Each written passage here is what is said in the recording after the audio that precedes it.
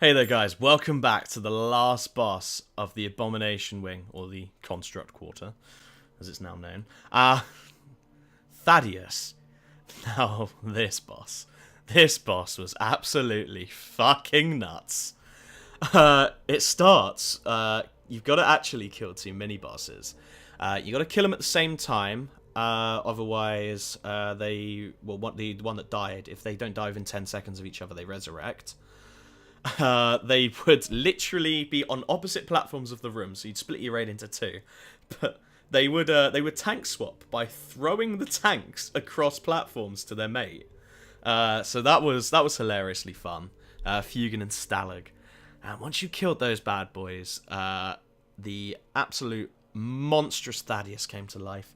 He had the most ridiculous health pool you ever did see. It was stupid. However, the mechanic to beat him was the most infuriating thing to deal with, especially if you had latency issues.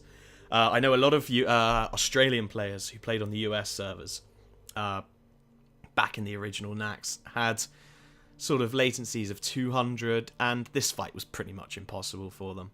You'd be assigned a plus or a minus, and you would rotate into small groups of all the same polarity, so either, a plus or a minus. And that would give you a huge damage buff, which you needed to beat the enraged timer. If you cocked it up, if a plus and a minus got muddled together, you wouldn't get your damage buff, you're not going to beat the enraged timer, and you'd one-shot the raid. Yeah, if you cross polarities, you'd send off a chain lightning that would do damage based on the number of opposite polarities together, usually killing you. It was great fun. I actually remember in my old guild, we used to, outside the Thaddius room, we used to put on a play. So we'd have somebody play the boss, and somebody play the tank, and then somebody play the groups and move them in stages. It was crazy, but that was our way of getting through to it. So let's check out his hero power. Polarity shift. Swap the attack and health of all minions. That's an interesting one. I suppose that's the best way that they can really express the plus and minus effects in the fight. This also means we're gonna have to do some careful planning because it's 0 cost, so I'm guessing he uses it every turn.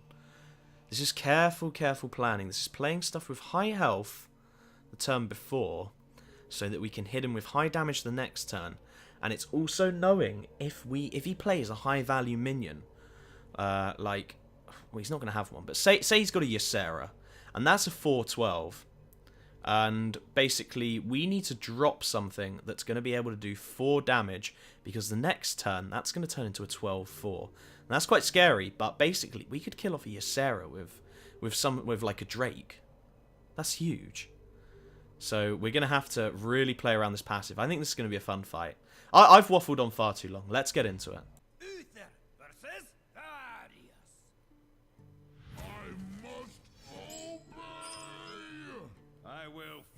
With honor. Here we go. Here it is.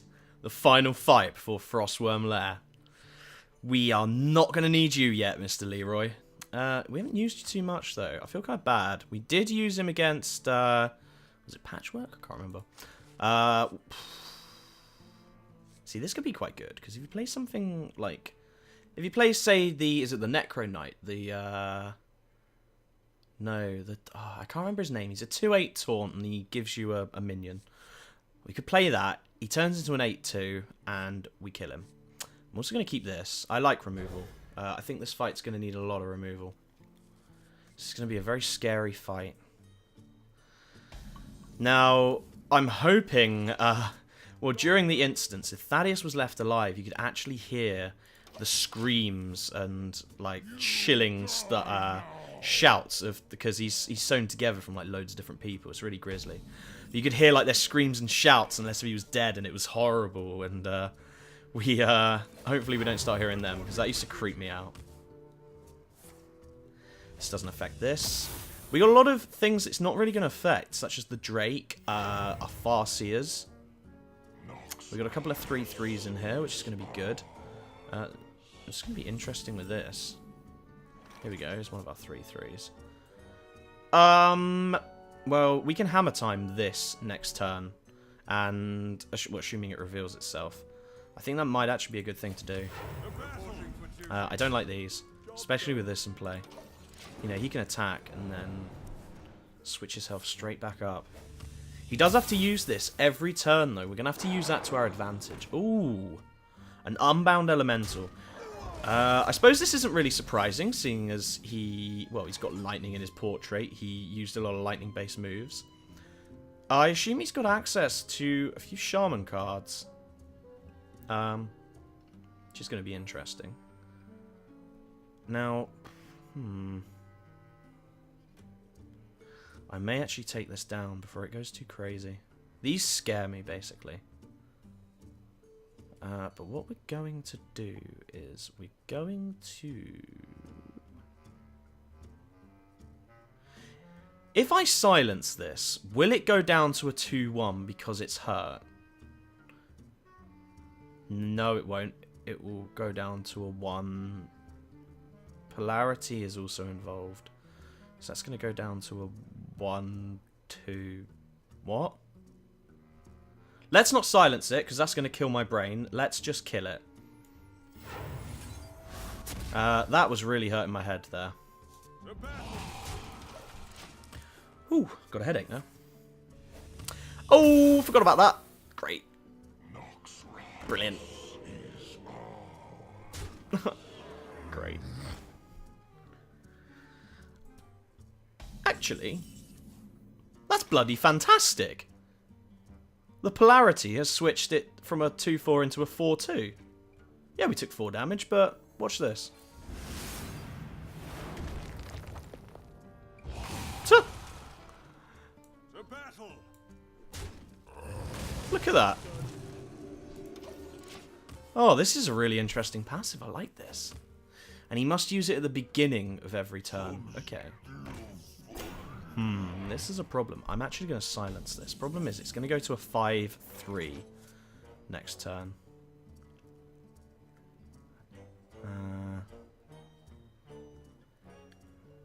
It's going to go to a 5-3. Which means that it's actually going to go to a 5-1. No, because this does 3 damage. And that's not going to matter. I think we wait. I think we're going to need this to change something's attack to 1 to get its health to 1 the next turn. But we can actually kill this next turn. So we're okay. Oh, this fight needs a lot of thought. See, now that's 5-3. This can't be targeted by spells. Okay, brilliant. We are actually going to hammer time this.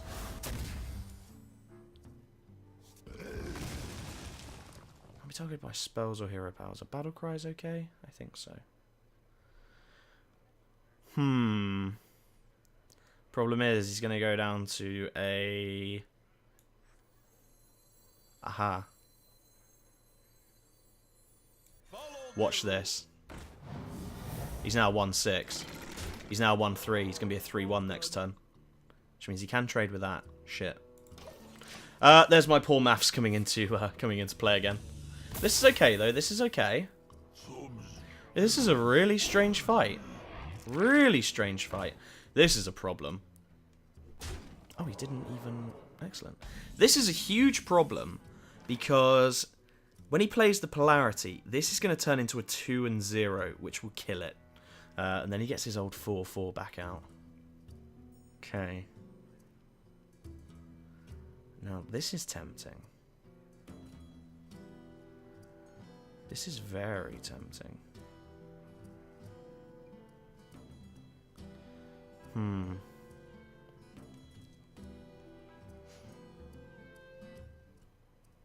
Sucks this now as 1 attack.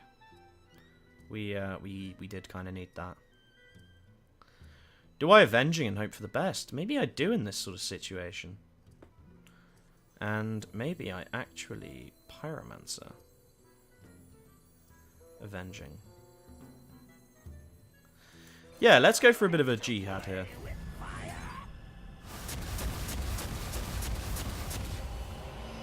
Okay, I kind of wish that it had done more to that.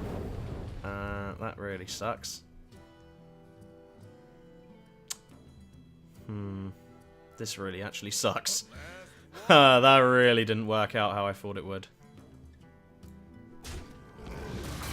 Oh well. Sometimes Avenging Wrath absolutely screws you over. That's okay though. Ah, yes, the polarity shift. Our shit's gonna not stay alive because he's got a lightning storm. Oh, the pyromancer survived. Okay, this is good. This is now it's dead. That's handy that he's just played that because we actually have a true silver. Now, what we're actually going to do is we're going to consecrate. And then we're going to... See, that will actually turn that into a 1-3. Is that dangerous next turn? To leave alive? I don't know. It's not. Okay, we're not going to play our weapon. We're going to take that out. We're going to play a Drake. Normally, I would have dealt with this. But because of this, it's not a threat next... Oh, this is awesome! Ha! Okay, this really changes the game up. Oh, that becomes dangerous next turn. That becomes very dangerous next turn. We're actually going to trade that in with Drake, I think. And then, while this only has one attack, we're going to... So, right, we trade this in because this will become a 4-1 next turn. And then while this is a 1-3, we're going to True Silver it in the face. And we're going to drop another Drake. Now this Drake is only going to go to a 3-4 next turn. That's not too bad. Equality is a bit of a poor card here because it means next turn all my minions that survived are only going to have one attack. Okay, that's fine. That's not. But he's going to be very overloaded next turn. He's also got no cards. I'm actually going to avenging him in the face.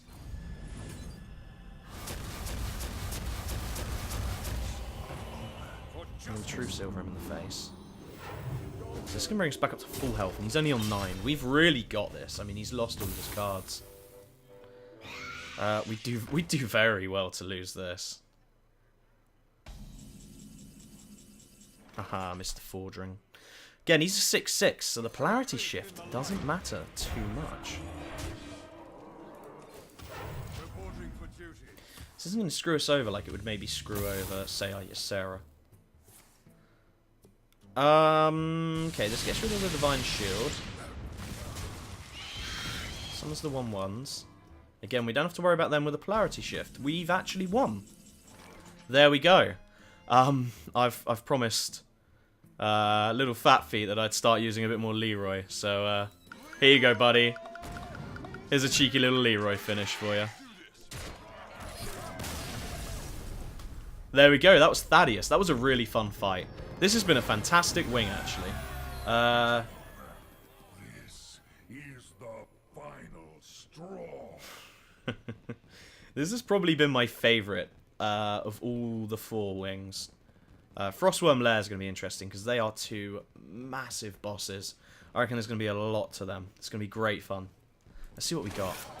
So we've got the Wailing Soul. It's a 4-cost 3/5. So it's not too great, but it does silence your other minions.